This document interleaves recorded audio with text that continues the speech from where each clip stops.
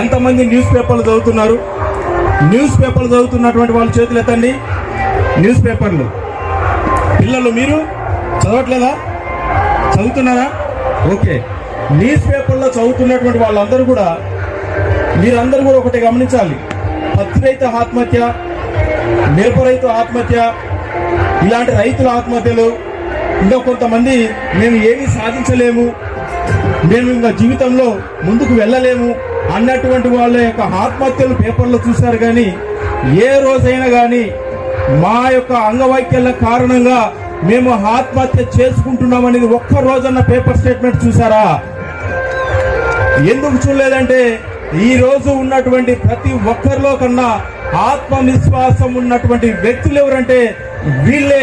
ఒక దివ్యాంగులు మాత్రమే ఆత్మవిశ్వాసం ఉన్నటువంటి వ్యక్తులు అని చెప్పాలి. అందుకే వీళ్ళ పేర్లు వీళ్ళు పెట్టుకుంటారు కానీ దివ్యాంగులు అనేది పెట్టుకుంటారు కానీ